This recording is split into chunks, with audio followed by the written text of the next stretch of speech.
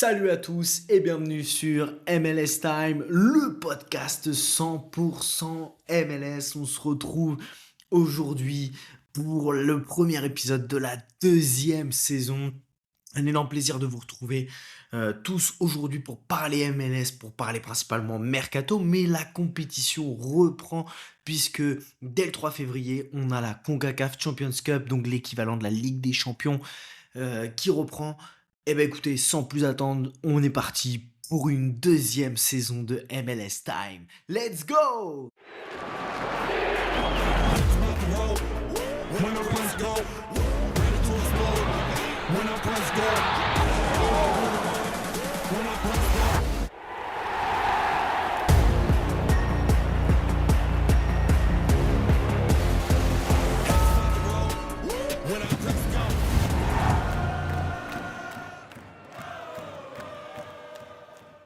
Deuxième saison de MLS Time, on est parti, on rentre dedans tout de suite avec la CONCACAF Champions Cup qui va concerner plusieurs clubs de MLS. Donc ça démarre dès le 3 février. Dès le 3 février, on aura San Diego qui va être concerné. Donc les autres équipes, vous avez Nashville, vous avez LAFC, vous avez le Galaxy, également Philadelphie, Cincinnati et Vancouver. Donc c'est une compétition qui équivaut à la Ligue des Champions en Europe, mais pour le continent nord-américain, et qui va se dérouler jusqu'au mois de juin, où donc vous avez les équipes donc nord-américaines. Principalement, on va retrouver des équipes de MLS et de Liga MX, donc du Mexique, qui vont s'affronter pour la victoire finale.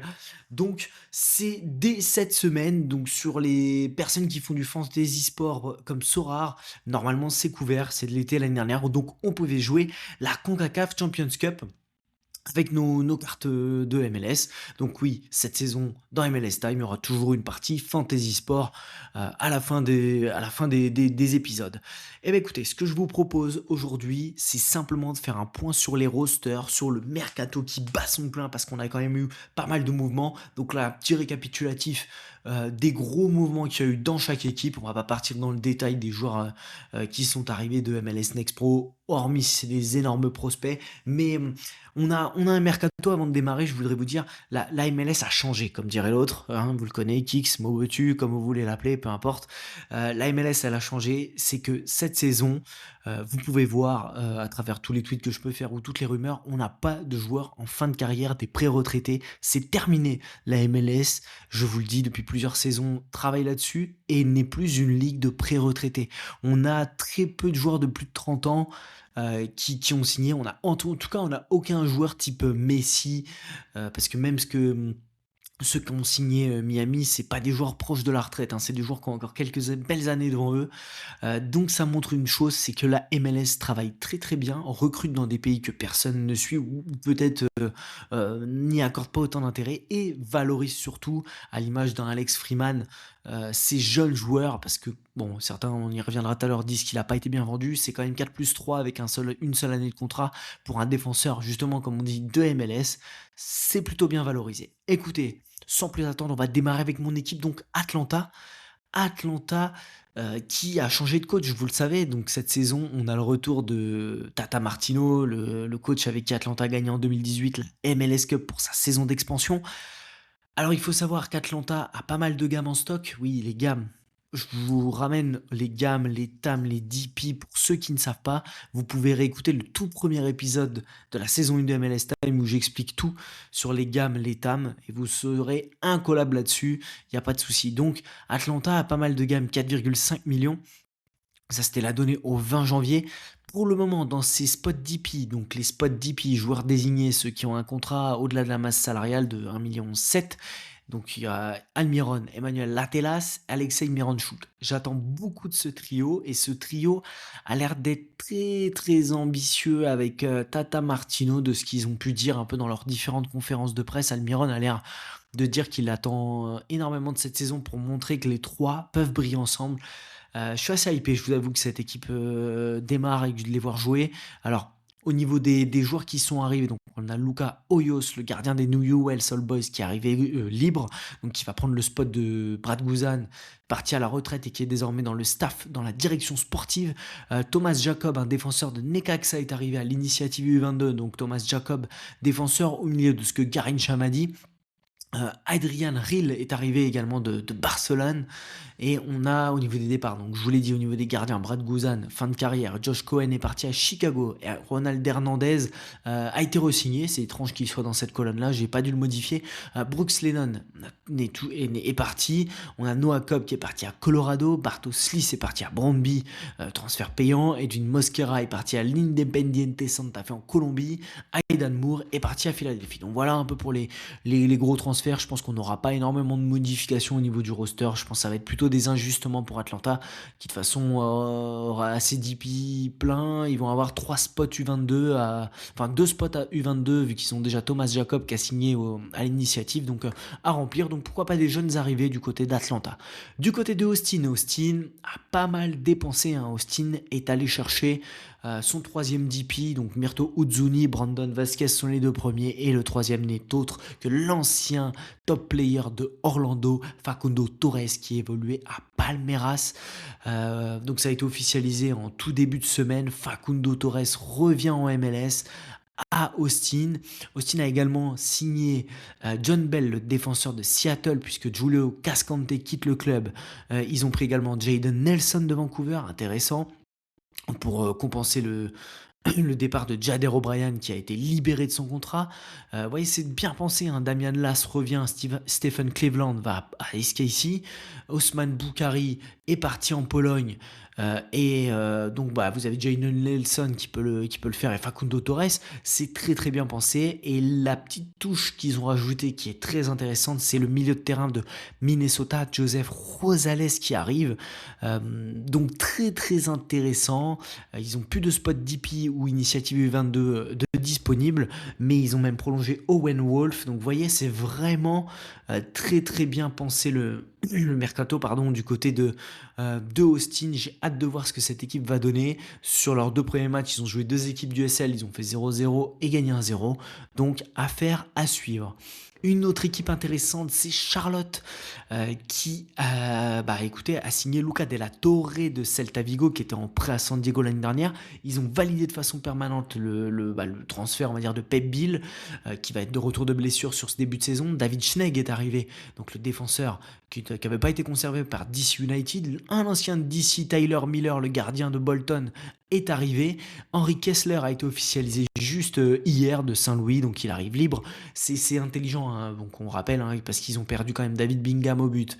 Ils ont perdu Malanda, c'est officialisé dès cet été, mais il a rejoint Middlesbrough de façon définitive. Marshall Rutty est reparti. Tuiloma a été libéré. Eric Williamson également. Drew Callender est parti du côté de Minnesota. Donc encore une équipe qui a bien pensé son roster. Donc les DP, vous le savez, Abada, Bill, Zaha. Et côté jeune, on a Koulibaly, Toklomati et Kerwin Vargas. Une équipe qui a déjà joué un match contre une USL en amical et qui a gagné 3-1. On passe à Chicago. Chicago qui a eu 2 victoires sur ses 2 premiers matchs de prépa. Donc 4-1 contre Nashville et 1-0 contre SKC. Donc c'est plutôt intéressant. On est quand même sur une équipe qui a validé donc l'arrivée d'André Franco du FC Porto, mais qui va être blessé, je pense, toute la saison, une bonne partie, puisqu'il s'est fait les croisés l'année dernière en fin de saison, mais qui était très intéressant sur ce qu'il montrait. Ils ont signé Robin Lod de Minnesota, et ça c'est vraiment un des joueurs les plus sous-cotés pour moi en MLS. Robin Lod, super recrue. On a également Josh Cohen qui arrive pour suppléer Chris Brady au but. Et voilà à peu près pour les arrivées. C'est vraiment une belle saison l'année dernière de Chicago, qui a encore 5 millions de gammes. Donc au 20 janvier la donnée, donc ça va être mis à jour un peu plus tard, mais voilà, en termes de départ, Tom Bartlow est parti du côté de Cincinnati. Chase Gasper a pris sa retraite. Kwame, il a mis fin à son prêt. Brian Gutierrez, c'est le départ un peu embêtant, qui a signé à Guadalajara en perspective de la Coupe du Monde. Je pense qu'il s'est dit qu'il avait sa chance avec le Mexique, donc il est parti au Mexique pour avoir de la visibilité. Koutsias est parti à Lugano en Belgique. Justin Reynolds est parti à SKC et Acosta à Pogoń en Pologne. Donc les DP, on a Bamba, Hugo Kuipers et oui, Zinkernagel n'est pas DP, il a signé TAM. En termes du 22, bah, ils en ont 4. Hein. Donc ils sont Barroso, Davila, Mbokazi, le défenseur qui est arrivé d'Afrique du Sud, et Ditejrane. Donc voilà, c'est un modèle de DP senior, 4 initiatives 22. Donc comme vous le savez, hein, vous avez le choix, soit vous avez 2 DP seniors, 4 U22, ou 3 DP seniors et 3 U22. On passe à Cincinnati. Cincinnati qui a fait 2 matchs nuls dans ses matchs de prépa, donc un partout contre New England et un partout contre Houston. Ça n'a pas trop bougé à Cincinnati, c'est un peu inquiétant même d'ailleurs. En termes de départ, on a Kai Kamara qui est parti, Alec Khan a pris sa retraite, Yuya Kubo est parti, Brad Smith, Mark Zook est retourné à RSL, Salt Lake pour ceux qui ne savent pas RSL, Brenner fin du prêt, Lucas Engel fin du prêt, il est reparti à Middlesbrough avant de partir à Salt Lake. Alvaro Barreal, bon, il n'était pas là la saison passée, mais ça y est, transfert permanent, 4 millions je crois à Santos. Luca Orellano est parti à Monterrey, transfert définitif. Des gros départs quand même du côté de Cincinnati, qui à l'inverse a signé Jabari qui était en prêt de Grenoble et qui a pas transcendé les foules, qu'on n'a pas beaucoup vu, hein, mais bon, je pensais plus en backup de Denki. Tom Barlow arrive de Chicago libre, et après ils ont signé un jeune qui est Brian Ramirez de Quito, pardon, excusez-moi. Donc pas un mercato qui est emballant, hein. De toute façon, leurs spots DP sont pleins puisqu'ils ont Evander, Denki, Robinson, et ensuite ils ont en initiative 22 Echenike, Flores et Guidi. Donc voilà, écoutez, Cincinnati, j'ai hâte de voir. Je pense que c'est quand même la stabilité, hein, parce que ah, quand même. Enfin, pendant que je regarde le tableau, je me dis quand même, ils perdent Brenner, ils perdent Engel, ils perdent Orellano, ils perdent Kubo, qui sont quand même des joueurs titulaires plus ou titulaires plus ou moins, voilà. Euh, j'ai hâte de voir ce que les joueurs de Pat Noonan vont nous délivrer cette saison. En tout cas, moi j'attends un peu plus de Denki. Il y a eu une rumeur comme quoi Naples aurait voulu donner 25 millions pour lui, que Cincy a refusé. Moi je pense que c'est du peanuts, hein. C'est Ekrem Konour qui a sorti ça, mais lui, il sort que des bêtises pour rester poli sur toutes ces rumeurs sur X. Ekrem Konour, le mec a 250 000 personnes qui le suivent et il raconte vraiment n'importe quoi sur tous les mercatos. Je pense que Cincinnati reçoit une offre de 25 millions pour Denki. Il l'emmène à l'aéroport et il le force à signer là-bas, hein, qu'il soit bien ou pas à Cincinnati. Ce n'est que mon avis, mais moi j'attends une saison pleine de Denki avec plus de 20 buts et vraiment qu'il soit dominateur. J'ai été quand même déçu du profil un peu brut, pas trop fou techniquement. Ouais, bref. Écoutez, j'attends beaucoup de Cincinnati, vous le savez, c'est une équipe que j'aime beaucoup et je manque très rarement leur match. On passe à Colorado, donc les Rapids qui ont joué un match amical contre Nashville, ils ont perdu 3-1 sur ce début de prépa. Ils n'ont pas fait beaucoup d'arrivées. C'est Noah Cobb qui arrive d'Atlanta, Dante Silly qui arrive de Montréal, Hamzat Ojediran qui arrive de Lens en Ligue 1, donc un joueur qu'on n'a pas beaucoup vu nous en Ligue 1, je peux pas vous en dire beaucoup. Sur les départs, on a Maxo qui est parti, on a Calvin Harris qui est parti à SKC, Rafael Santos qui est parti à Saint-Louis, et c'est à peu près tout. Donc Cole Bassett devrait partir, il y a eu des rumeurs comme quoi le coach fait, même il y a des rumeurs, ouais, c'est quasiment sûr, Cole Bassett, et ça ferait très très mal, hein, parce que quand même pas beaucoup d'arrivées. Si ils perdent, on va dire, bah, comme l'a dit leur coach, leur milieu de terrain, ça peut être une saison encore un peu galère pour Colorado. Et ce serait Portland qui serait prêt à mettre 2,6 millions en cash et avec presque 1 million de bonus. Donc gros coup dur pour Colorado qui risque de perdre donc Cole Bassett, son meilleur milieu de terrain cette saison et dès cet hiver. On arrive à Columbus. Columbus qui a fait un match amical contre Naples United, donc c'est pas Naples, le Napoli en Italie, et qui a gagné 8-0. Je regarde un peu les gammes, ils ont plus de 6 millions de gammes Columbus, c'est énorme. En termes d'arrivée, ils ont signé Sekou Bangura de la Poilironi, donc qui joue en Israël. Mais sinon, pas d'arrivée significative dans les départs d'Eric Jones, Lassila Palainen, Darlington Nagbe a pris sa retraite et Romero au but est parti. Une équipe qui prône la stabilité, on dirait, avec un tout nouveau coach, puisque Wilfried Nancy, vous savez, est parti et a eu quelques mésaventures du côté de l'Écosse où son passage a été assez rapide. On passe à Dallas. Donc Dallas qui a joué 2 matchs en préparation, qui a gagné 4-0 contre Portimonense et 5-2 contre Brøndby. Très intéressant d'avoir ces 2 résultats avec beaucoup de buts pour une équipe qui n'a pas beaucoup bougé. En termes d'arrivées significatives, bah, il n'y en a pas. On a Ran Binyamin de l'Hapoel Tel Aviv, mais je sais pas, on connaît pas.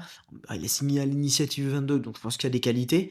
Et ensuite, en termes de départ, donc Sébastien Ledget est parti, Pedrinho, Diego Pepi, le frère de Ricardo Pepi, mais bon, il jouait pas. Enes Sali est parti à Al Rayad.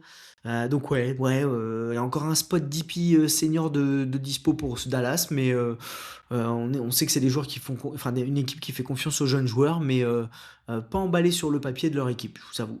Assis Martin Paes est parti à l'Ajax Amsterdam, donc bah, c'était un gardien quand même qui avait perdu sa place hein, à la fin. Donc Kolodoy risque d'être le gardien numéro un cette saison. On passe à DC United, donc qui n'a pas encore fait de match de prépa, mais qui reconstruit petit à petit. Ty Baribo est arrivé, donc comme DP de Philadelphie, l'attaquant. On a également Sean Lillis qui arrive des Red Bull New York, Sean Johnson au but, très intéressant. On a le défenseur Keisuke Kurokawa de Gamba Osaka qui arrive. On a Garrison Tubbs qui est arrivé bah, de Lib, Gabe Seagull est arrivé de Houston à la re-entry.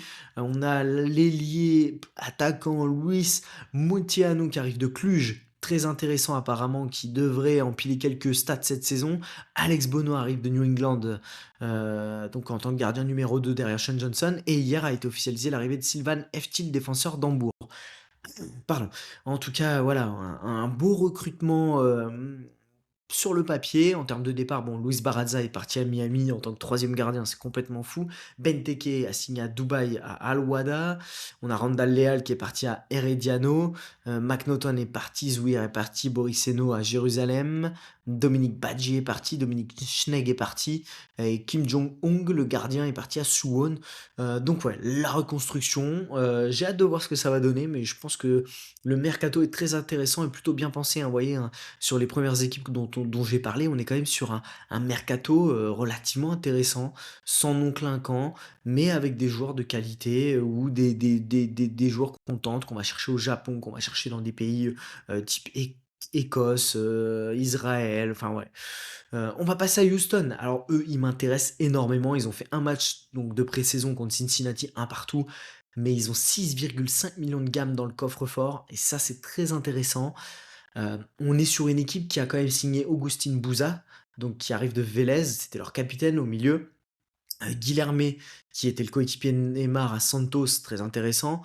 Ils ont pris Lucas Alter, le défenseur de Botafogo, Hector Herrera de Toluca, Nick Marcanich qui arrive de D2 espagnol de Castellón, Franco Negre arrive de San Diego, et la grosse recrue, c'est Matheus Bogus, l'ancien ailier de LAFC qui signe en provenance de Cruz Azul. Donc vraiment une belle construction d'effectifs. Je suis emballé et hypé, et j'aimerais pas être une équipe d'MLS qui va aller jouer à Houston cette saison.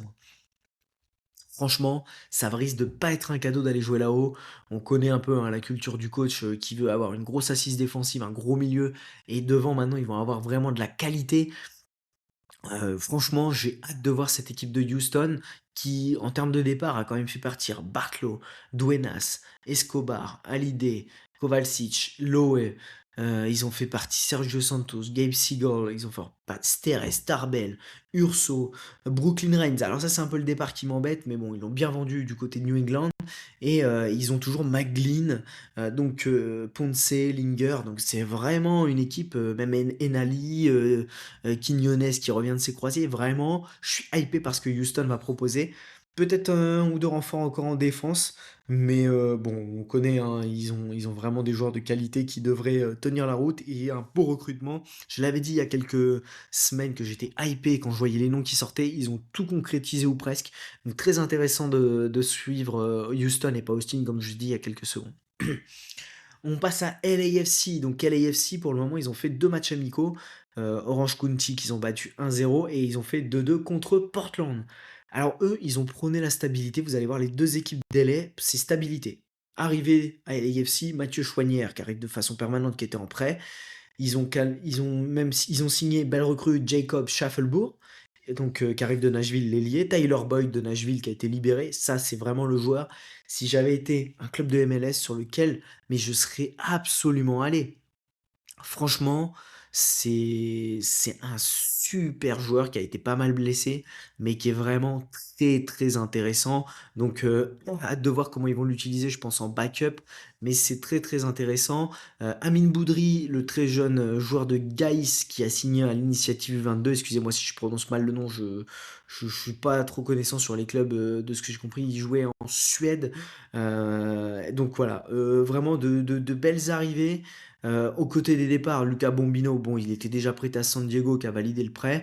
Ils ont Thiago Holm qui a été quasiment blessé toute la saison qui repart.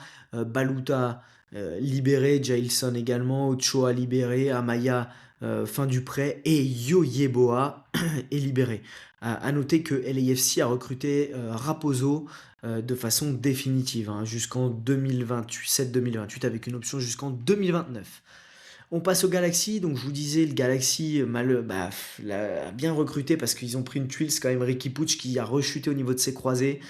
Il est en season ending, hein, ils n'ont pas pris le risque de le garder au cas où un retour pour les playoffs, c'est fin de saison. Malheureusement, donc ça va faire deuxième saison blanche pour Ricky Puig.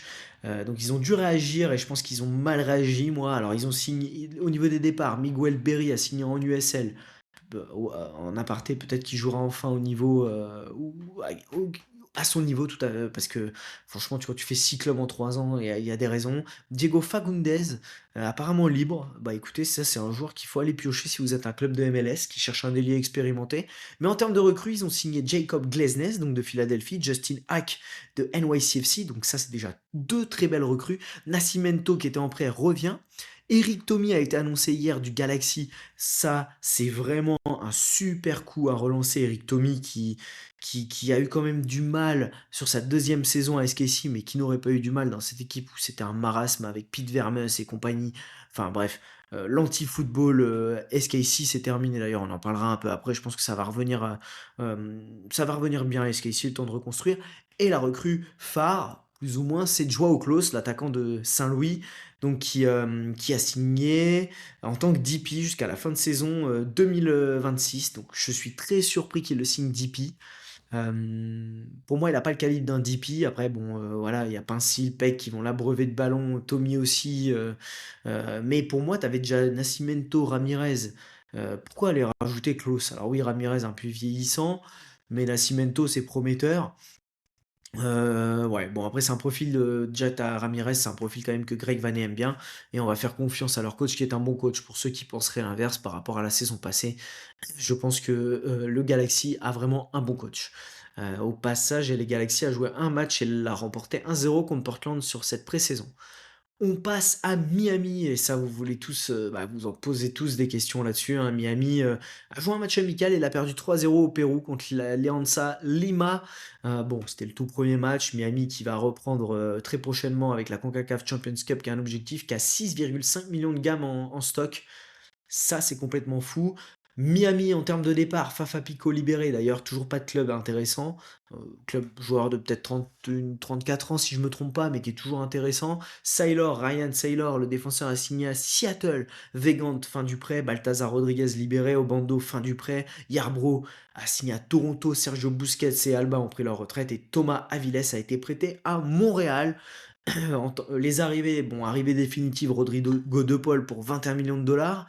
Sergio Reguilón est arrivé libre, mais s'est blessé et devrait être absent à peu près 6 semaines à 2 mois parce qu'il est en torse du genou hein, suite à un sale tac qu'il a reçu contre l'Alianza Lima. Facundo Moura, le défenseur, arrive du Racing Club, donc d'Argentine.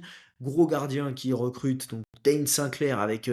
Ils ont recruté aussi Rocco Rios Novos qui les a emmenés jusqu'à la MLS Cup et Luis Barraza. Donc potentiellement, ils ont quasiment trois gardiens qui peuvent tenir la route et être numéro un.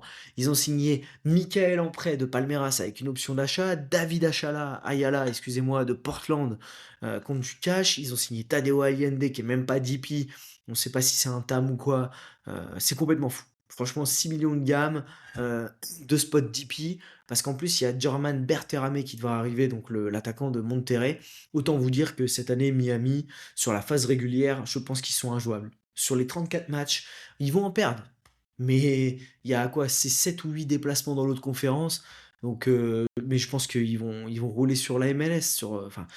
C'est même pas en, en termes tactiques ou quoi, c'est en termes de joueurs intrinsèque. Ça va être l'équivalent du Bayern, du PSG, du Real, du Barça dans leur championnat. C'est une équipe qui n'a que des top joueurs par rapport au niveau de la MLS, dans son équipe et qui a Messi, voilà, tout simplement.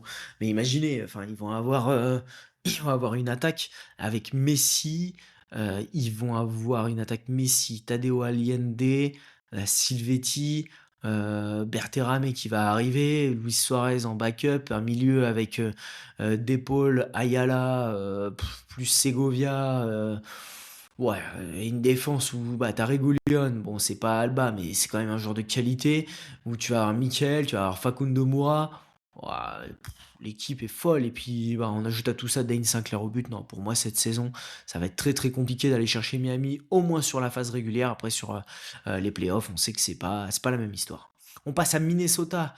Minnesota qui n'a pas encore joué de match amical, qui m'inquiète un peu. En termes de départ, Dodson est parti à Seattle, Kip Keller libéré. Lod est parti à Chicago, Sinclair à Miami, Rosales à Austin. Leur garde, enfin, et la plus grosse perte, c'est leur coach Eric Ramsey qui est parti à West Brom. Donc clairement, pour moi, c'était la tête pensante. C'est lui qui a attiré le meilleur de cette équipe. Donc c'est quand même inquiétant. Les arrivées, donc ils ont pris Peter Stroud de Red Bull New York, Chancalay de New England, Callender a signé Charlotte au but pour être numéro un vraisemblablement. Et c'est à peu près tout dans les transferts entrants intéressants. Donc vous voyez, c'est pas très très lourd. Moi maintenant j'attends beaucoup des recrues qu'ils ont fait l'été dernier. Donc Dominique Fitz, qui d'ailleurs est absent de l'entraînement, apparemment blessé, mais qui était très très fort en Autriche et qui est pour le moment un peu inquiétant depuis son arrivée parce qu'on l'a pas beaucoup vu. Et moi j'attends beaucoup Nectarios Triantis, le milieu de terrain. Lui c'est un super joueur, franchement. Notez ce nom, Nectarios Triantis, qui est initiative U22, qui est un joueur qui a rien à faire en MLS, je vous le dis. Je pense que dès cet été, même peut-être dès cet hiver, enfin ça va être compliqué puisque ça ferme demain le mercato en Europe, mais dès cet été, je pense que c'est un joueur qui va retourner en Europe tellement il est fort et qu'il est au-dessus du niveau. Donc le milieu de terrain, Nectarios Triantis, notez ce nom, vous allez vous régaler à le regarder jouer. On arrive à Montréal. Un grand bonjour à tous les Montréalais qui m'écoutent. Merci d'être si nombreux, d'interagir avec la communauté. J'espère que cette saison sera meilleure. On n'est pas à l'abri d'une surprise. Bref, vous savez dans quelle galère vous êtes. Vous savez que votre équipe est dans le dur, mais on y croit. Donc écoutez, Montréal a joué un match qu'ils ont perdu 3-2 contre Librec. Ils ont joué hier, je crois que c'était le même score contre Kharkiv, je veux pas raconter de bêtises. Donc Montréal a signé Dagur Thoralson, donc de Orlando, Brian Vera, bonne recrue en défense pour l'associé à Thomas Aviles qui est arrivé de Miami. Aviles, j'ai mis quelques doutes, j'attends de voir. C'est un jeune joueur qui est pas encore tout à fait fini et qui m'a inquiété les peu de fois où je l'ai vu à Miami. Marshall Ruti revient. Daniel Rios a signé devant pour être suppléant de Owuzu. J'espère que c'est pas pour l'associer parce qu'on aura quand même deux profils assez similaires. C'est un profil de fin de match qui va marquer ses 5-6 buts, mais bon, c'est quand même pas l'attaquant sur qui tu vas compter cette saison et Prince Owuzu sera là pour le faire. Au niveau des départs, donc Alvarez, Duke, Pierce, Vrioni, Coccaro, Dante Cilia, Colorado, Gazdov sont partis. Donc voilà, bah, écoutez, est-ce qu'on aura un deuxième DP en plus d'Ivan Raimé? Je ne sais pas. On passe à Nashville. Alors eux, très très intéressant ce mercato. Nashville, ils ont envie d'être sur le devant de la scène. Alors, ils sont allés chercher un défenseur intéressant qui arrive de Fredrikstad, Maxwell Woledzi. Ça a l'air d'être une vraie bûche. Je pense que quand tu vas être attaquant et tomber face à lui et Palacios, amuse-toi copain, ça va être très très solide je pense. Donc ensuite, ils sont allés chercher un jeune qui s'appelle Warren Madrigal de Saprissa, Shaq Mohamed d'Orlando, Isaiah Lefleur de Philadelphie et bien sûr Christian Espinoza de San José. Ils ont signé Christian Espinoza et ça c'est fou parce qu'en fait ils vont avoir une attaque Espinoza, Mukhtar, Surridge. Franchement, je pense que il y a c'est top 3 des meilleures attaques de MLS. Bien sûr, tu vas avoir celle de Miami. Atlanta, si ça tourne bien avec les trois, et encore, c'est pas un ailier, mais Ranchouk. Franchement, je pense que à eux trois, s'ils sont pas impliqués dans 70% des buts de Nashville cette saison, c'est une faute professionnelle, clairement. Je pense que Sam Surridge va passer facile la barre des 20 buts. Espinoza, Mukhtar, ça peut faire le double-double, 10 buts, 10 passes dès chacun. Ce que j'attends de voir, c'est dans le fantasy sport, parce que tous ces petits trois-là vont devoir se partager les points. Sam Surridge, on rappelle qu'il tirait les pénaltys à la place de Mukhtar l'année dernière. Espinoza, il va vouloir tirer des coups de pied arrêtés. Mukhtar aussi. Attention, je pense que pour ceux qui jouent à Sora et qui attendent du AA score, donc des points par rapport à les passes, les coups de pied arrêtés, j'irai peut-être pas sur ces trois-là parce que ça va se partager, ça va diluer. En tout cas, en IRL, c'est très intéressant. Alors, ils ont perdu 4-1 contre Chicago leur premier match, mais ils ont mis 3-1 à Colorado juste après. Et en termes de départ, c'est plutôt malin, hein. Brian Acosta est parti, Brugman a signé en D2 italienne, Washington retraite, Tilbury, bon, bah, il était temps, à un moment, il était un peu dépassé, est parti. Le Gaines également parti, du Julian Gaines, Tate Schmidt est parti, Walker Zimmerman, leur défenseur central historique, est parti à Toronto, Jacob Schaffelbourg et Tyler Boyd sont partis à LAFC, Isaiah Jones est parti en USL. Donc voilà, Nashville, intéressant à suivre cette saison, clairement. On passe aux Revs, donc New England, qui a fait 2 matchs de pré-saison, donc a gagné 6-0 son premier match contre Sarasota Paradise et un partout contre Cincinnati. Euh, Assez stable. Les arrivées, donc le jeune milieu de terrain Brooklyn Reigns du Houston, j'aime beaucoup ce jeune joueur. Ils ont pris Ethan Koller du Werder Bremen en transfert sec. Ils ont également été chercher un joueur qui est Christian Oliveira et bien sûr Griffinho de Westerlo, donc l'américain ailier. Assez intéressant puisque bah, de toute façon ils ont perdu Ganago qui est reparti à Nantes, pardon, Brandon Bay à Portland, Chancalay à Minnesota, Alex Bono est parti à DC. Donc on est quand même sur, vous voyez, encore une équipe qui pense bien son mercato, qui va pas acheter pour acheter et qui comble les trous ou les départs. Leur DP, donc on est sur Carl Esril et Matt Turner. Je trouve ça tellement dommage d'avoir mis un gardien en tant que DP, mais bon, c'est peut-être la condition pour signer Matt Turner au but, sachant qu'ils ont fait le choix d'avoir 2 DP seniors et 4 U22, puisqu'ils ont Langoni, Fengold, Reigns et Turgeman, l'attaquant qui était arrivé très prometteur l'année dernière, l'été. NYCFC, alors eux, NYCFC, pas d'inquiétude. Souvent on s'inquiète, vous allez voir, il se passe rien et c'est toujours une équipe qui tient la route. Donc Thales Magno, l'ailier, un peu poulet sans tête, voilà, qui revient du Brésil et qui revient de son prêt, donc qui est 10 pieds en plus. Et au niveau des départs, bon, bah, on a Justin Hack au Galaxy, Ilenic est parti à Rako en Pologne, Julian Fernandez à Rosario Central et Mijatovic en D2 allemande à l'Eintracht Braunschweig. Bon, pas grand chose à dire de cette équipe qui, devrait quand même penser à signer un numéro 9, je pense. Mais bon, c'est que mon avis, mais je pense que ça peut être. Enfin, c'est Kai Trewin. Non, Kai Trewin, c'est un défenseur qu'ils ont signé. Mais bon, je pense que ça peut leur faire du mal de ne pas avoir Martinez qui s'est fait les croisés, on le rappelle. On passe à l'autre New York, donc les Red Bull qui donc ont signé Ethan Horvat hier, donc le gardien de Cardiff City, gardien américain. Donc devant lui, ils ont signé un défenseur qui n'est d'autre que Robert Voloder, donc de SKC. Alors Voloder, c'est pas un défenseur dont je suis fan. Bon, je vais vous dire, il était à SKC dans la pire défense de MLS. Mais je suis quand même pas fan. Je suis pas emballé du recrutement. Alors ils ont signé également Justin Che qui est à Brondby américain et un autre américain. Et là vous allez m'attendre, hein. Cade Cowell est de retour en MLS. Je sais que certains vont se dire, tu vas nous saouler toute la saison avec Cade Cowell. Oui, en effet, je vais vous saouler toute la saison avec ce joueur qu'on nous a survendu, que tous les Tom Bogert, tous les suiveurs nous disaient Cade Cowell, le crack, machin. Depuis le début, je dis que c'est un poulet sans tête. Et pourtant, le mec a des qualités athlétiques qui collent à la MLS. Mais bon, écoutez, on va voir si cette saison, il s'est fait greffer un cerveau au Mexique.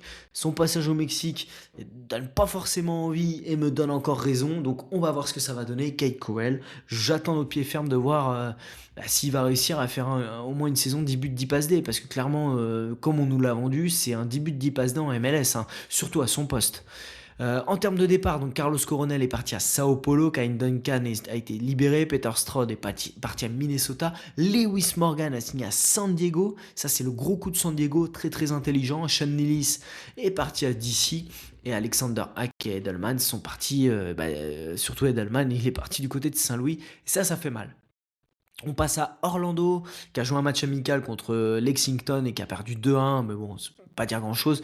Orlando qui a eu beaucoup de départs, hein. César Araujo a été officialisé hier, Pedro Gallese, on a également Shaq Mohamed qui est parti, Kyle Smith, Dagur Ralston est parti, Schlegel est parti à Atlas, Nicolas Rodriguez à l'Atlético Nacional, Luis Muriel est parti à l'Atlético Junior, et hier a été officialisé le départ d'Alex Freeman, le latéral du côté de Villarreal en Espagne.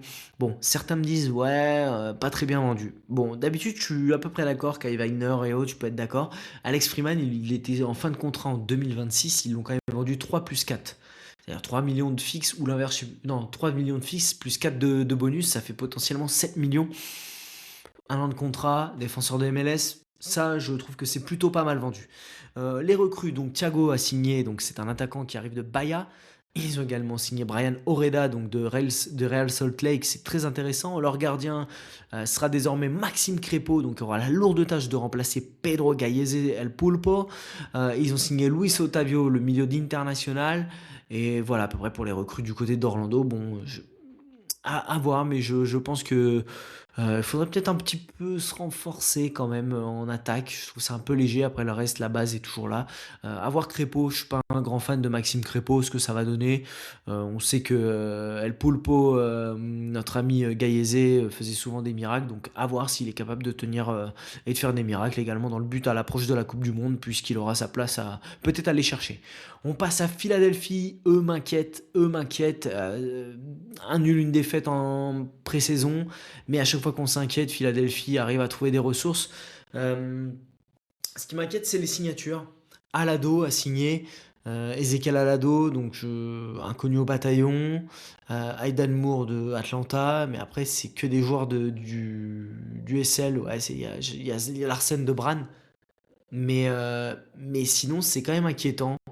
Les départs, bon, on a Chris Donovan, on a Olivier Zemmel qui est parti à Lexington, donc le gardien, Michael Heureux est parti à Midtjylland, David Vasquez à San Diego, Glesnes au LA Galaxy, Ty Baribo à DC United, Pierre Neal à Lyngby, et bien sûr Kai Wagner, vous le savez, est parti à Birmingham City pour 3 millions de dollars à peine.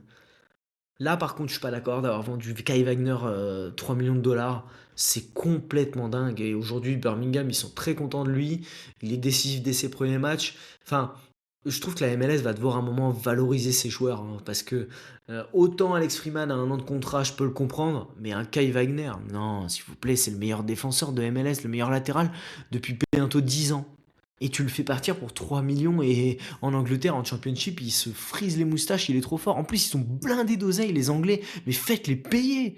C'est quoi, Mehari, là, qui est venu parler chez Zach Nani? Mais mon pote, t'es l'agent de la MLS, mais c'est pas que recruter Messi et lui donner des parts dans Apple TV, c'est aussi bien vendre les joueurs. Putain, non mais sans déconner. Il faut un moment euh, valoriser tes joueurs. Si tu valorises tes joueurs 3 millions et que c'est tes meilleurs joueurs, bah tu valorises pas ta division. Donc pour moi, il y a un gros boulot à faire de la MLS là-dessus. On passe à Portland. Portland, c'est très intéressant. Portland a signé Brandon Bay, Bonnetig, et va signer Cole Bassett. Donc vous voyez, ils ont déjà un bon roster et ils vont compléter petit à petit. Donc Maxime Crépeau est parti, Paredes également, Roras aussi, Zuparic, Ayala, Carvalho. Donc ils ont fait un peu le ménage, mais ils ont récupéré du cash. Donc je pense que Portland va être assez actif sur la fin du mercato. On passe à Salt Lake. Salt Lake a gagné ses deux matchs sur le score de 2-1, donc contre les Rounders et Brøndby, mais qui a quand même un effectif qui s'est vidé. Agada est parti sur un transfert, enfin est parti et il a été officialisé, je ne sais plus dans quel club, mais il a signé dans un nouveau club. Ayago est parti, on a qui McMath donc est parti, Russell aussi. On a Brian Vera qui a signé à Montréal, Brian Oreda lui a signé à Orlando, Juan Cruz a été officialisé fin de contrat, Diogo Gonzalez fin de contrat. Bon, ils ont deux spots DP disponibles, puisqu'ils n'ont plus d'initiative 22. Mais bon, les recrues, quand tu vois, c'est Zach Booth d'Excelsior, Chance Cowell, le frère de Kate Cowell, Luca Engel, bon, c'est intéressant, il était à Cincinnati l'année dernière et Middlesbrough l'a transféré du coup définitivement en MLS, mais du côté de Salt Lake. Et bon, ce qui est intéressant, c'est aussi Stein Spearings, dont on l'a vu évoluer en Ligue 1, au milieu de terrain, une belle qualité sur coup de pied arrêté, qui est un joueur intéressant. San Diego a fait un match de pré-saison qu'ils ont gagné 2-0 contre San José. San Diego a fait partir Luca Della Torre, comme vous le savez, Franco Negri à Houston. Paddy McNair a été officialisé hier à Hull City et ils ont signé Bombino définitivement de l'AFC, je vous le disais tout à l'heure. Valakari de Paphos officiellement. David Vasquez arrive de Philadelphie. Lewis Morgan, donc comme je vous l'ai dit, la grosse recrue en espérant qu'il soit épargné par les blessures cette saison.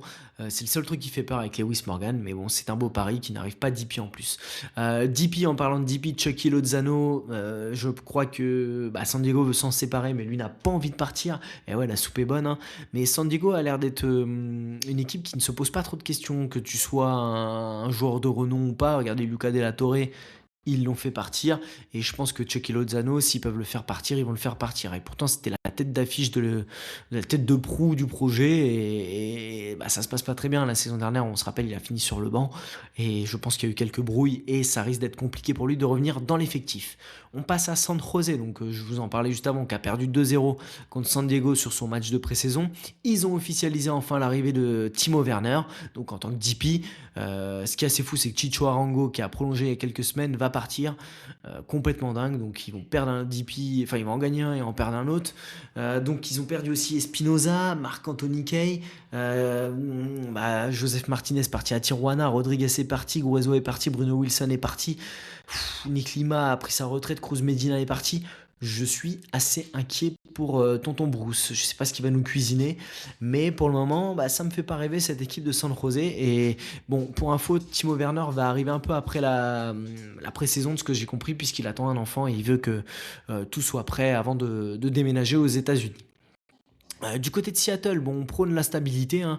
Les départs John Bell, Castro, Léo Burney, Joao Polo qui a pris sa retraite mais qui va entraîner, enfin entraîneur adjoint de la réserve, Ryan Kent, cette fraude est partie, lui il est bon que dans FIFA, je vous jure FIFA 2019 ou 2020, sur FUT c'était le joueur cheaté de l'espace, mais bon en vrai on voit que c'est différent. Ils ont également fait partir de Danny Leiva à Necaxa. Au niveau des arrivées, très belle arrivée d'Assani Dodson de Minnesota, c'est un super choix, en plus il arrive libre. Ils ont également signé Petkovic, un milieu de Charlotte en prêt. Et après, Ryan Saylor, le défenseur de Miami pour la rotation. Et Max Sandshore, sûrement pour être numéro 3 au but. Oui, parce que ça va être, je pense, Andrew Thomas, c'est certainement son année avec Stéphane Frey. Mais bon, Seattle a fait un match perdu 2-1 contre Brøndby. Tout le monde a joué Brøndby, les Rounders. J'ai l'impression que ils sont tous en Espagne, les mecs. Ils prennent la même équipe et tous les jours, Brøndby, ils ont un match. Complètement fou. On passe à SKC et ça m'intéresse parce qu'SKC, je ne sais pas si vous le savez, a engagé donc le directeur sportif des NYCFC, donc a fait du super boulot à New York et je pense que ça va leur faire beaucoup de bien. Donc le projet redémarre, hein, vous vous doutez, Andrew Brody est parti, Lebold, Joaquin Fernandez, on a Ndende qui est parti, Radoja est parti, Memo Rodriguez, Kyrie Shelton, Eric Tommy Galaxy, Mason Toye est parti, Voloder est parti, Santiago Munoz.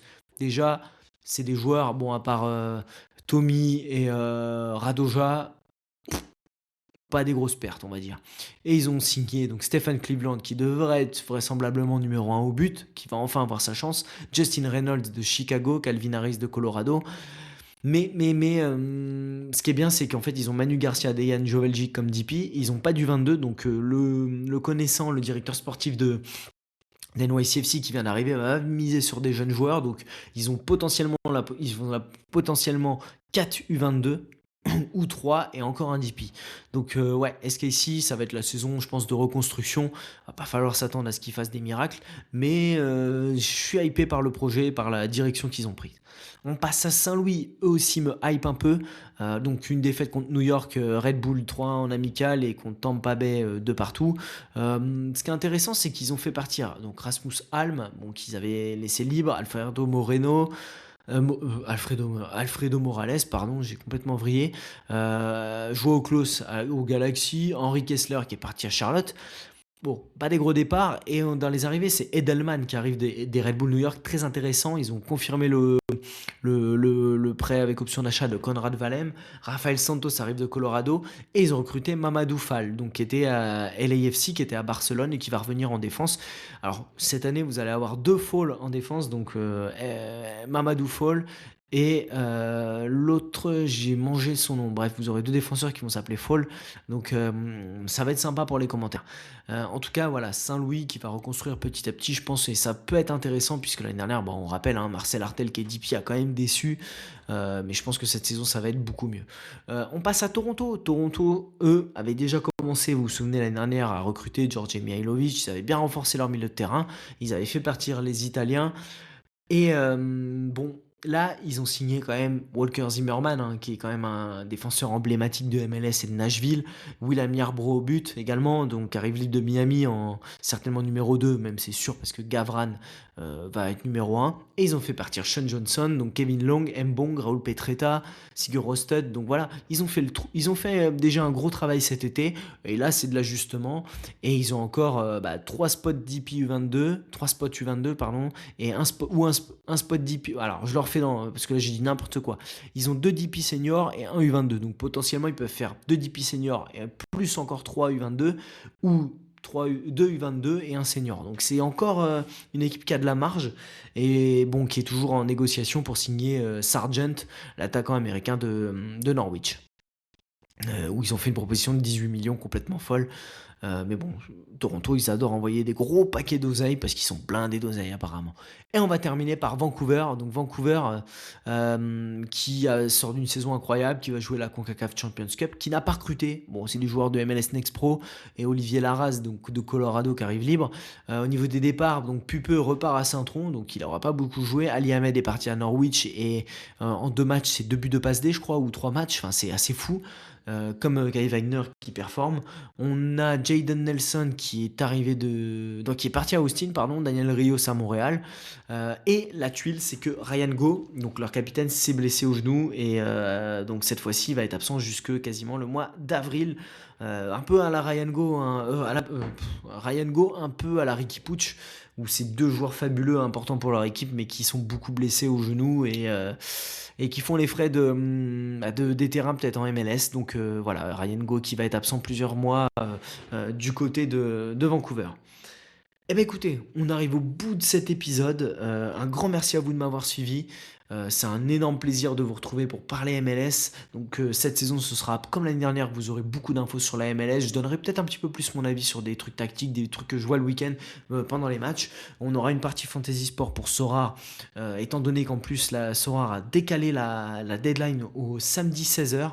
Ce qui veut dire que le podcast sortira soit jeudi soir ou vendredi soir, ce qui vous laissera largement le temps pour écouter le podcast. Pour relancer le podcast, n'hésitez pas à le partager lorsqu'il va être mis sur les plateformes, de le noter, de le commenter. Ça permet toujours de faire vivre le podcast et de le faire connaître à de plus en plus de monde. Un énorme merci, je le répète, aux personnes qui ont écouté le podcast l'année dernière. Il y a eu plus de 15 000 écoutes sur le podcast. Pour un podcast MLS, vraiment ciblé MLS, merci à tous et j'ai très hâte de continuer cette saison avec vous, de parler de MLS avec Nico 8 de Pique. On vous fera une revue des effectifs bien avant, comme on avait fait l'année dernière, une ou 2 semaines avant la reprise pour vous parler conférence Est, conférence Ouest avec, bon, on y verra plus clair au vu du mercato sur les effectifs, les joueurs qui partent titulaires ou non. Donc voilà, restez branchés, on continue sur Twitter à vous donner les infos et je vous dis à très bientôt pour un prochain épisode de MLS Time.